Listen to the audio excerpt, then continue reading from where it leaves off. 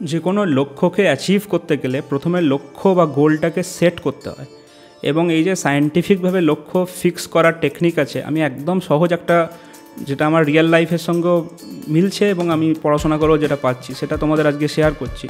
দেখো, এমন সিচুয়েশান হতে পারে, কিছু কিছু মানুষ এমন আছে, আজকালকার যুগে আমি অনেক স্টুডেন্টদের সঙ্গে কথা বলে দেখছি, অনেকেই এরকম আছে যে মনে উচ্চাসা অনেক বেশি, অ্যাম্বিশন অনেক বেশি, কিন্তু ডেলি বেসিসে কাজ করার ক্ষমতা অনেক কম। যত উচ্চাসা বেশি হবে আর ডেলি বেসিসে কাজ করার ক্ষমতা কমে যাবে, তত তার ফ্রাস্ট্রেশন বেড়ে যাবে, তার দুঃখ বিষাদ এগুলো খুব বেড়ে যাবে, ওভার থিঙ্কিং বেড়ে যাবে, নিজের প্রতি একটা খারাপ লাগা তৈরি হবে। দুটো উপায়, একটা হচ্ছে উচ্চাসাটাকে কমিয়ে দাও একদম। ওই জন্য অনেকে বলে যে এক্সপেকটেশন 0 করো, অনেকে বলে মিনিমাম এক্সপেকটেশন, শুধু পরিশ্রম করো, এটা একটা উপায়। এবার অনেকেই উপায়টাকে মানতে পারে না, তারা ভাবে হ্যাঁ যদি আমার জীবনে উচ্চাসাই না রইলো, আশাই না রইলো, আমি কাজই করতে পারি না, ঠিক আছে, কিন্তু উচ্চাসা রেখেও কোনো লাভ হচ্ছে না। তখন সলিউশন কি? তোমার যেটা উচ্চাসা আছে সেটাকে তুমি ডাইরেকশন হিসেবে নাও, নেক্সট যে গোলটা নেবে সেটাকে ছোটো গোল নাও। ধরো তোমার উচ্চাসা হচ্ছে আমি 8 আওয়ার্স পড়বো, তাহলে আমার এই পরীক্ষার প্রিপারেশান হয়ে যাবে। তুমি পড়তে পারছো 2 আওয়ার্স পার ডে, তো ওই যে 8 আওয়ার্স পড়বো, এটাকে তুমি ভাবো এটা আমার ডাইরেকশান, আমি এইদিকে যাচ্ছি।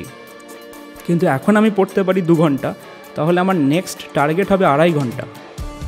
যতদিন না আমি 2.5 ঘন্টা রিচ করবো, আমি 3 ঘন্টা নিয়েও ভাবতে পারি না।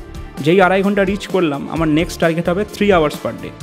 এইভাবে আবার 3 আওয়ার্স রিচ করে যদি আমার আরও ক্ষমতায় কুলোয়, তাহলে আমি 3.5 ঘন্টা আমি যাচ্ছি। আমার যে সর্বোচ্চ টার্গেট আমি নিয়েছি, আমার যেটা স্বপ্নের টার্গেট যে আমি 8 আওয়ার্স পার ডে বা 10 আওয়ার্স পার ডে, যেটাই আমি ভাববো সেই দিকে আমি যাবো, কিন্তু আমি যাবো গ্র্যাজুয়ালি। এটা হলো সায়েন্টিফিক ওয়ে।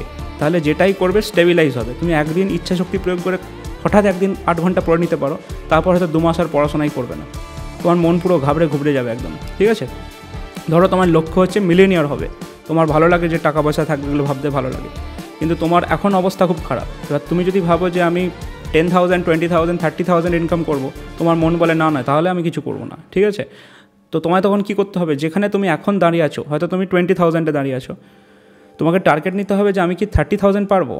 30,000-এ রিচ করো যা হোক করে, এর জন্যই অনেক পরিশ্রম করতে হবে। তারপর ভাবতে হবে আমি কি 35,000 পারবো বা 40,000 পারবো।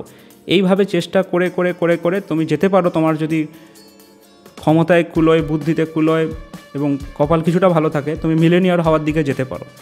কিন্তু অ্যাটলিস্ট তুমি ডিপ্রেস থাকবে না, কারণ আমাদের যে পজিটিভ ইমোশনগুলো আসে সেটা হচ্ছে আমরা যদি প্রোগ্রেস করি একটা লক্ষ্যের দিকে তাহলে আসে।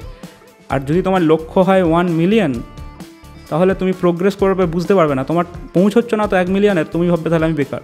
তো গোলটাকে সবসময় নিতে হবে যেখানে দাঁড়িয়ে আছি তার পরের ধাপ, তাহলে ওখানে গোলের দিকে প্রোগ্রেস করবো, বুঝতে পারবো ওই দিকে যাচ্ছি, তো পজিটিভ ইমোশনগুলো শরীরে ফিল করবে, শরীর মনে, এটা আমাদের বুঝতে হবে, ঠিক আছে। এইভাবে যদি তুমি ভাবো তাহলে তোমার মোমেন্টামটা সবসময় থাকবে, আর মোমেন্টাম যদি সবসময় থাকে, পজিটিভিটি সবসময় থাকবে, কনফিডেন্স সবসময় থাকবে, এবং আলটিমেটলি তুমি বড় লক্ষ্যের দিকে এগোচ্ছ। তো এইটা তোমাকে একটা বড় ফাঁদ থেকে বের করে আনবে, সেটা হচ্ছে প্রোক্রাস্টিনেশন, কাজ ফেলে রাখার স্বভাব, স্ট্রেস, অ্যাংজাইটি, এবং বড় লক্ষ্যর সাথে থাকছে, তার সাথে ছোট লক্ষ্যও থাকছে, সব মিলেমিশে জীবনে একটা ব্যালেন্সও থাকবে। ভালো থাকো।